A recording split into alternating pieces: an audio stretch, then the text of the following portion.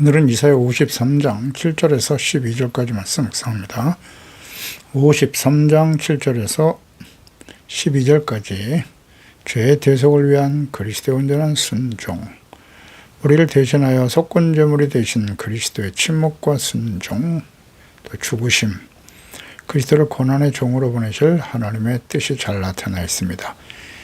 그리스도의 십자가의 죽으심의 의미, 또 질고와 허물과 죄, 모든 질병과 연약함, 죄상과 용서를 통해서 사망에서 생명으로 구원하시기 위해 당하실 그리스도의 고난에 대해서, 그리스도께서 구원을 온전히 이루시기 위해 하나님의 뜻에 순종하시며 묵묵히 십자가 위에 죽으심의 모습을 구체적으로 예언하신 말씀이죠.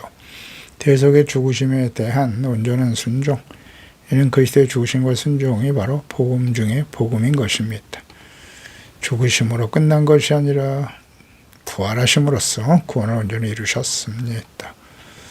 하나님의 구원의 계획과 뜻을 온전히 이루시기 위해 죽기까지 복종하시는 죄 없으신 하나님의 아들 그리스도께서 이를 위해 근원적인 죄를 용서하시고 의를 세우시는 하나님의 측량할 수 없는 사랑과 또 한편 엄격한 공의를 십자가를 통해서 보여주신 것이죠. 7절에 그 곤욕을 당하여 괴로울 때에도 그의 입을 열지 아니하셨으며 마치 도수장으로 끌려가는 어린 양과 털 깎는 자 앞에 잠잠한 양같이 그의 입을 열지 아니했도다. 무지하고 교만하고 완악한 죄 백성들에게 하나님의 아들 그리스도께서 멸시와 조롱을 당하시고 저주의 십자가, 처형을 당하시는 과정에서 보여주시는 그리스도의 모습이죠.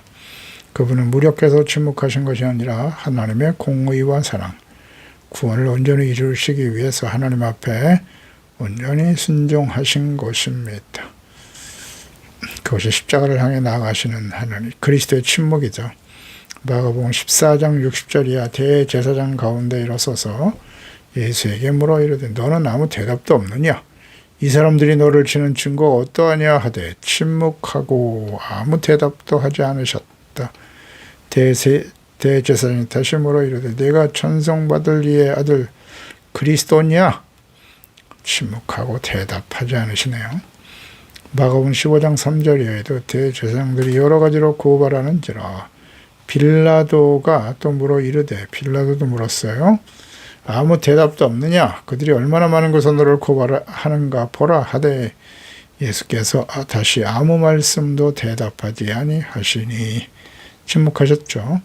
빌라도가 이를 놀랍게 여겼다. 어린 양은 털을 깎이거나 죽임을 당할 때 비명을 지르지 않는 습성이 있다고 하죠. 그리스도께서 당하시는 고난이 결코 우발적인 사고가 아니라 창세 전부터 계획된 하나님의 구원의 경륜에 속한 순종임을 보여줍니다. 예수께서 오시기 전 대략 700년 전이죠.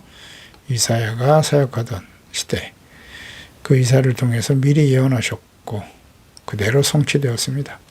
그래서 이사야 선지서를 자세히 묵상하면 십자가에서 죽으시고 부활하신 예수께서 그리스도이심을 확실히 알 수 있습니다. 그러나 현재 이스라엘 백성들, 유대인들은 전혀 깨닫지 못하고 있죠. 믿지 않습니다. 성경을 연구하는 랍비들의 거짓과 왜곡, 알면서도 부정하는 짐짓죄를 범하고 있는 것이고 일반 백성들은 거짓에 호도되어 잘못된 가르침을 따르고 있는 것입니다. 유대인들에게 있어서 신약성경 금서예요. 절대 읽으면 안 됩니다. 그래서 유대인들은 예수님께서 유대인이셨다라고 하는 다윗의 자손으로 이 땅에 오신 분임을 그 사실조차도 모르는 자들이 대부분입니다. 철저히 은폐되고 속이고 있는 것입니다. 그리스도의 침묵은 하나님께서 그리스도를 보내심으로 이루실 대속을 위한 고난에 대해 자세하게 예언하고 기록하게 하셨으나 완악하고 교만한 유대인들이 받아들이거나 회개하고 믿지 않을 것임을 아시고 묵묵히 하나님의 뜻에 순종하신 것입니다.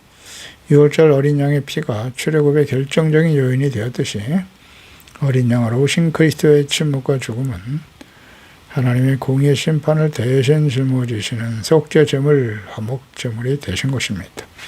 이러한 은혜는 이 은혜로 구원받는 주의 자녀들은 의를 위해 고난을 당할 때, 억울한 일을 당할 때도 있겠죠. 예수님처럼 변명하고 대적하기보다는 묵묵히 하나님의 뜻에 순종하는 길을 따라야 할 것입니다. 로마서 8장 17절 이하에 자녀이면 또한 상속자고 하나님의 상속자요. 그리스도와 함께 한 상속자니 우리가 그와 함께 영광을 받기 위해서는 고난도 함께 받아야 할 것이니라. 아멘입니다. 생각건대 현재의 고난은 장차 우리에게 나타날 영광과 비교할 수 없도다. 아멘. 8절에 그는 곤욕과 신문을 당하고 끌려갔으나 그 세대 중에 누가 생각하기를 그가 살아있는 자들의 땅에서 끊어짐은 마땅히 형벌을 받을 내 백성의 허물 때문이라 하였으리요. 곤욕과 신문을 당하고 끌려가심 죄 없으신 그리스도를 율법을 어긴 신성 모독죄로 불법적으로 재판을 하고 판결하여 죽이려고 하고 있습니다. 이렇게 끌려가게 될 것이다. 곤욕과 신문을 당할 그리스도에 대해서 예언하셨는데요. 예수께서 이 땅에 오셔서 그대로 이 말씀대로 곤욕을 당하셨죠. 마태복음 26장 59절 이하에 대제사장들과 온 공회가 예수를 죽이려고 그를 칠 거짓 증거를 찾고 있었고요. 예수께서는 침묵하셨습니다.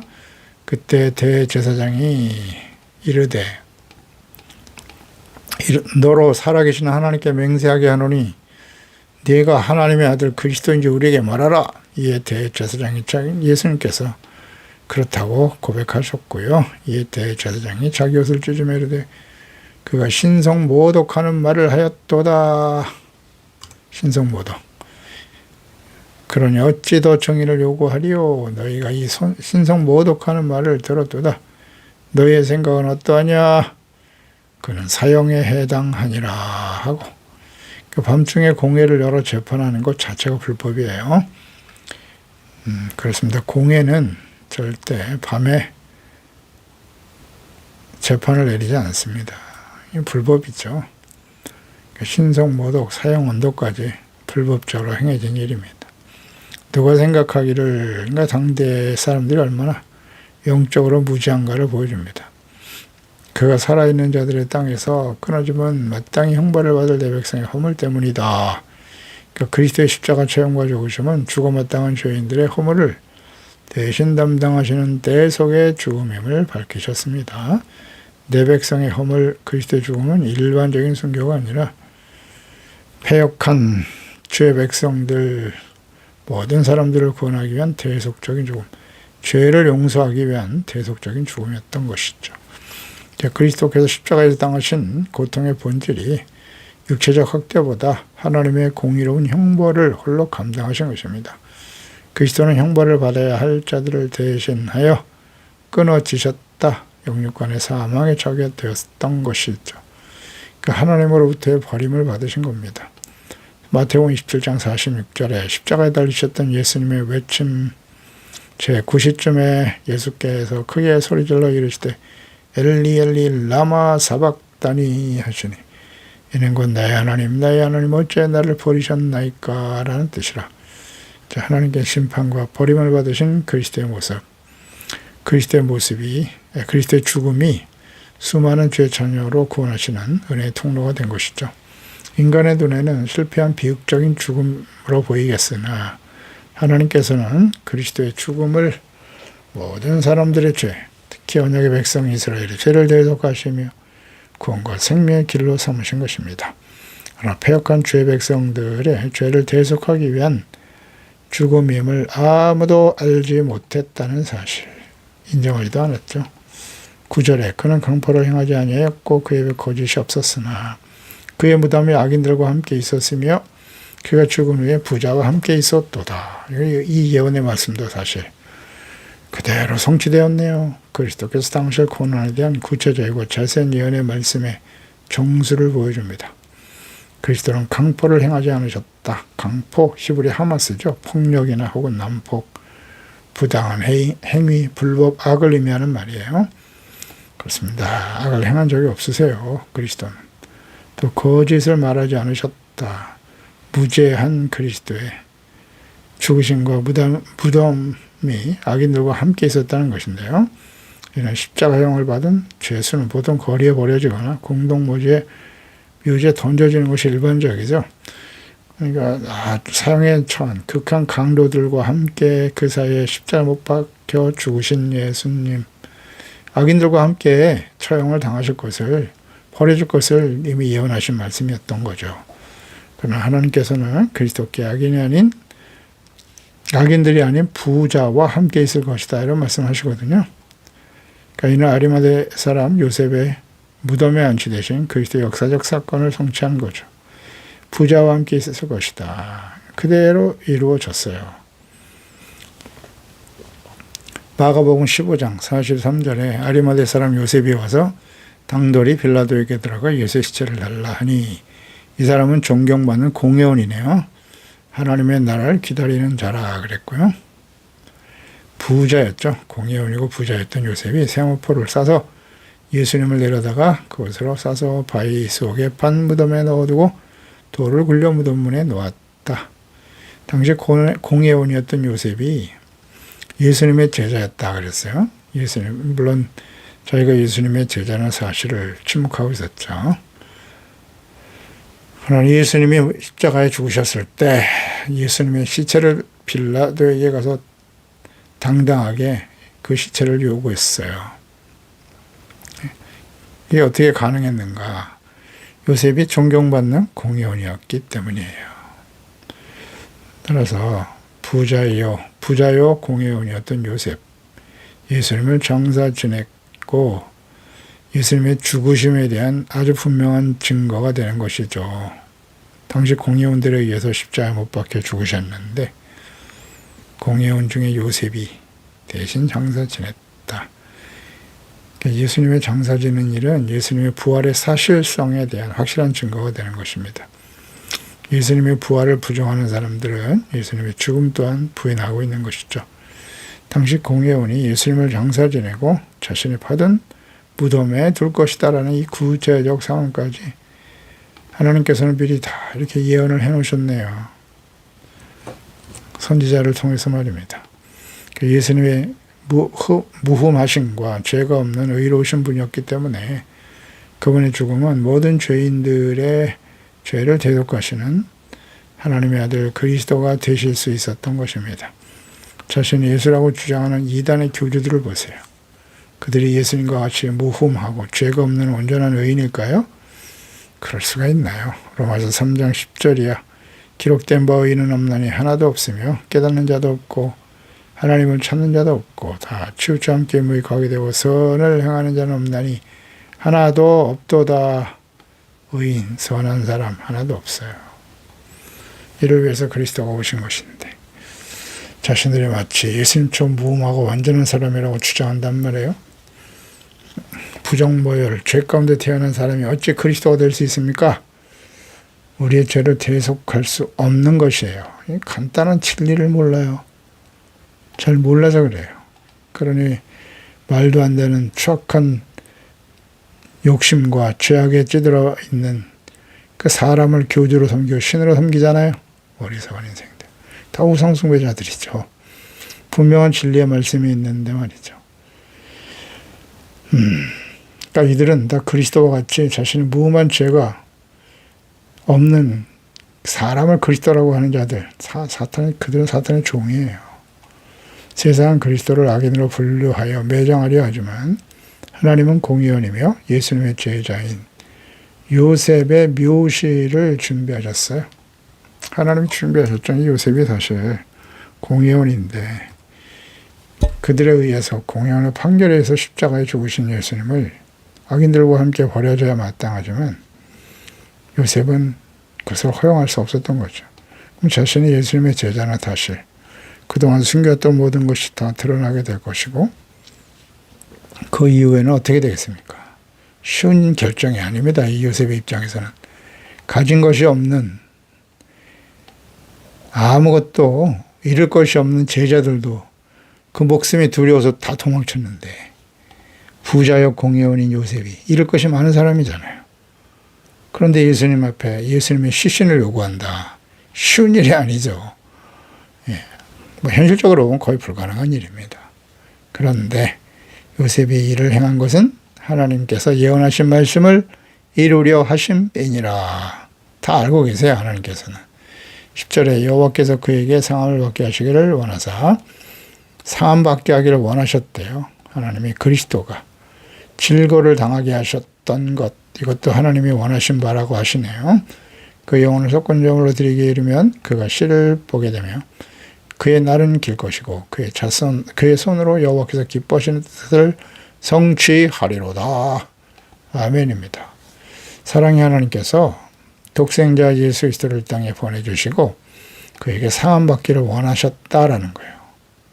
잘 이해가 안 되죠. 이런 하나님 아버지께서 죄와 사망에 처한 인류가 구원받는 것을 원하시는 것이 하나님의 뜻이고 기꺼이 순종하신 그리스도의 모습을 보여줍니다. 예수께서 겟세마네에서 기도하실 때 십자가 지기 전 체포되어 끌려가기 전에 기도하셨던 모습이죠. 마태복음 26장 39절에 조금 나아가서 얼굴을 땅에 대시고 엎드려 기도하여 이르시되 내 아버지여 만일 할 만하시거든 이 잔을 내게서 지나가게 해주세요. 그러나 나의 원대로 마시고 아버지의 원대로 되어 원대로 하옵소서 하시고 순종하잖아요. 아버지의 원. 그러니까 예수님 하나님의 아들 죄없으신 하나님의 아들이 십자가 못 박혀 죽으시는 것이 아버지께서 원하시는 일이었다는 거예요. 그래서 아버지 원대로 되게 해주세요.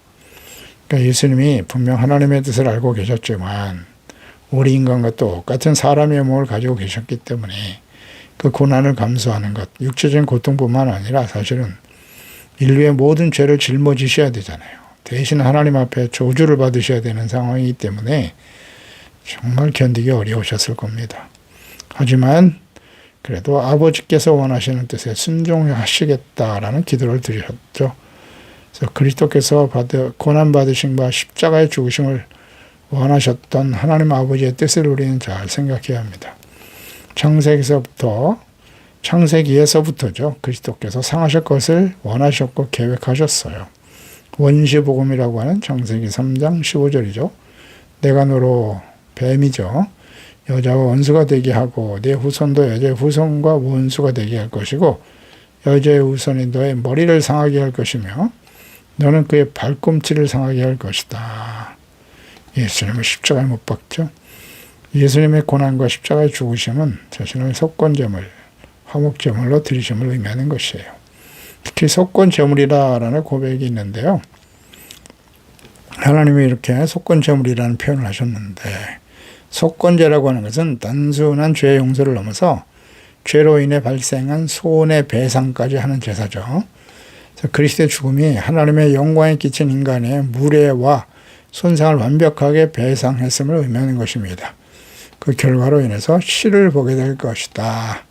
이것은 육체적인 후손이라기보다는 복음으로 거듭날 하나님의 자녀들이 태어나고 번성하게 될 것이다 라는 예언적 말씀이죠. 여호와께서 기뻐하시는 뜻이 그리스도의 고난과 죽으심을 통해서 성취된다는 사실. 그러니까 그리스도의 고난은 실패가 아니라 구원의 완성입니다. 그래서 그의 날은 길 것이요 라는 말씀은 그리스도의 부활을 의미하는 것이기도 하죠. 죽어서 끝난 것이 아니라 죽음을 뚫고 일어나 영원히 통치하시는 그리스도의 승리를 예언하신 말씀이에요. 그래서 요한복음 11장 25절 26절에 예수께서 이르시되 나는 부활이요 생명인데 나를 믿는 자는 죽어도 살겠고 무릇 살아서 나를 믿는 자는 영원히 죽지 않을 것이다. 이것을 내가 믿느냐라고 말씀하시죠. 네, 맞습니다. 하나님께서 그리스도의 그 고난과 죽으심을 통해서 하나님의 구원을 온전히 이루실 것임을 예언하신 말씀이죠. 예수께서는 그 말씀, 하나님의 뜻과 계획을 알고 계셨기 때문에 온전히 순종하신 것입니다. 11절에 그가 자기 영혼이 수고한 것을 보고 만족하게 여길 것이라.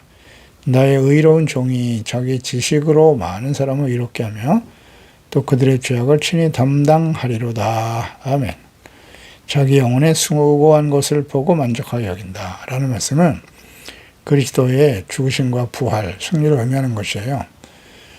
상고를 겪은 여인이 아이를 품고 그 고통을 잊어버리는 것과 같이 그리스도는 구원받은 성도들을 보면서 자신의 고난을 가치 있게 여길 것이다 라는 뜻이겠죠.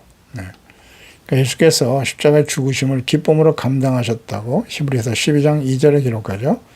믿음의 주였던 온전케 하신 예수를 바라보자. 그는 그 앞에 있는 기쁨을 위하여 십자가를 참으셨대요. 부끄러움을 개의치 아니하시더니 하나님 보좌 우편에 앉으셨다고 증거하고 있습니다. 나의 의로운 종이 자기 지식으로 많은 사람을 의롭게 한다. 자기 지식이라고 하는 것은 단순한 지적 정보가 아니라 종과 하나님 사이의 깊은 관계적 친밀감, 하나님 아버지와 독생자 아니겠습니까? 그리고 그분이 행하신 구속사역에 대한 온전한 이해를 의미하는 거예요. 많은 사람을 의롭게 한다. 하나님의 뜻을 정확하게 알고 있었다는 뜻이죠. 나의 의로운 종, 즉 죄가 없으신 의롭고 거룩하신 하나님의 아들 그리스도의 죽으심과 부활이 많은 사람을 의롭게 하신다는 거죠. 대속의 죽음, 로마서 3장 24절 이하죠. 그리스도 예수 안에 있는 성령으로 말미암아 성령 대속의 은혜입니다. 하나님의 은혜로 값없이 의롭다 하심을 얻은 자 되었다. 값없이 은혜로 이 예수를 하나님이 그의 피로써 믿음으로 말미암는 화목제물로 세우셨다. 이는 하나님께서 길이 참으시는 중에 전에 지은 죄를 간과하신다. 죄를 간과하신대요. 자기의 의로우심을 나타내려 하십니다.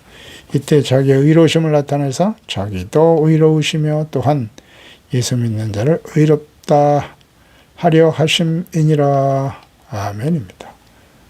자기의 죽으심과 부활이 많은 사람을 의롭게 하신다.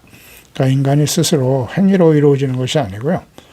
의로운 죄가 없으신 하나님의 아들 그리스도께서 대신 죄값을 치르시고 용서하심으로써 의가 믿는 자들에게 전가되어 그때 비로소 의로워지게 되는 겁니다. 그리스도께서 우리의 죄악을 친히 담당하셨기 때문에 우린 더 이상 죄의 짐을 질 필요는 없습니다. 이는 복음의 핵심이죠. 이신덕의 믿음으로 말미암아 의롭다함을 얻게 될 예언의 말씀이기도 하고요. 많은 사람이 의롭다함을 얻게 하신다는 것. 유대인이라는 울타리를 넘어서 그리스도의 사역은, 구원의 사역은 하나님의 형상대로 지음받은 모든 세상 사람들에게 이루어지게 되는 것입니다. 12절에 그러므로 내가 그에게 존귀한 자와 함께 몫을 받게 하며 그랬네요. 강한 자와 함께 탈취한 것을 나누게 할 것이다. 그것은 종이 위대한 승리자로서 전리품을 나누게 하신다는 것인데 그 승리는 자신을 십자가의 속죄제물로 드리시고 부활하심으로써 죄와 사망에 처한 사람들을 구원받게 하실 것이라는 뜻이죠. 죄와 사망에 처한 사람들에게 구원과 생명의 빛을 비추어 주셨습니다. 그러니까 전쟁에서 승리한 왕이 전리품을 나누는 것처럼 그리스도는 사탄과 사망에 처한 권세들을 깨트리고 탈취한 승리의 결과물들을 자신의 백성들과 나누실 것이다 라는 겁니다. 그리스도는 자기의 영혼을 버려 사망에 이르겠어요. 종의 완전한 자기 비하를 뜻하는 것이죠. 이것이 바로 승리의 비결이었음을 의미합니다. 그러니까 자신의 희생과 죽음을 통해서 모든 사람들이 의롭다함을 얻고 구원에 이르게 하시는 그리스도. 범죄를 위하여 기도하였다. 이는 십자가에서 저들을 사하여 주옵소서라고 기도하신 예수님의 기도일 뿐만 아니라 지금도 하나님 우편에서 우리를 위해 기도하시는 대제사장적 중보로 이어지게 되는 것입니다. 그리스도는 범죄자 중 하나로 헤아림을 받았지만 정죄와 죽으심과 부활을 통해 구원을 온전히 이루신 것입니다. 그래서 53장은 그리스도의 고난과 죽으심과 부활이 하나님의 구원을 이루며 모든 사람들의 죄를 대속하시고 의롭다함을 얻게 하시며 죄와 사망, 사탄과의 싸움에서 구원하게 하시는 승리와 영광을 나타내는 이름을 증거하시고 예언하신 것입니다. 기도하겠습니다. 하나님 아버지, 오늘도 우리 이사야서 53장을 묵상하면서 하나님께서 장차 오실 그리스도의 초림, 700년 전이죠. 700년 전에 오실 그리스도는 영광스러운 정치적인 세속적인 능력을 가진 그런 왕이 아니라 낮고 천한 모습으로 오셔서 십자가에 못 박혀 죽으심으로 자신을 속죄제물 혹은 속건제물, 희생제물로 드리시기 위해서 오신 고난받는 종이 될 것이라고 말씀하셨고요. 고난받는 모습 구체적으로 자세하게 예언해 놓으셨네요. 왜 영광스러운 하나님의 아들이 곤욕과 심판을 당하고 멸시와 조롱을 당하셔야 하는가? 이것이 바로 우리의 죄를 대속하시기 위한 죽으심이요. 하나님이 그를 다시 살려내심으로써 승리하게 하심으로써 우리에게 영원한 구원과 생명의 빛을 비추어 주시고 구원의 길을 활짝 열어주심을 감사드립니다. 우리의 그리스도를 본받고 날마다 자기를 부인하고 예수님과 함께 십자가를 지고 주님을 따름으로써 죄를 버리고 또 우리가 때로는 의를 위해서 고난과 복음을 위해서 고난 당할 수 있어요. 이것이 누군가의 구원을 위한 예수님의 십자가 고난에 동참하는 일임을 깨닫고 예수님이 묵묵히 침묵하셨던 것처럼 인내하며 순종하며 하나님 앞에서 받게 될 의의 면류관, 생명의 면류관을 바라보면서 성령님의 인도하심을 따라 의와 거룩함으로 승리하며 달려가는 우리 모두가 되게 하여 주시옵소서. 예수님의 이름으로 기도드리옵나이다. 아멘.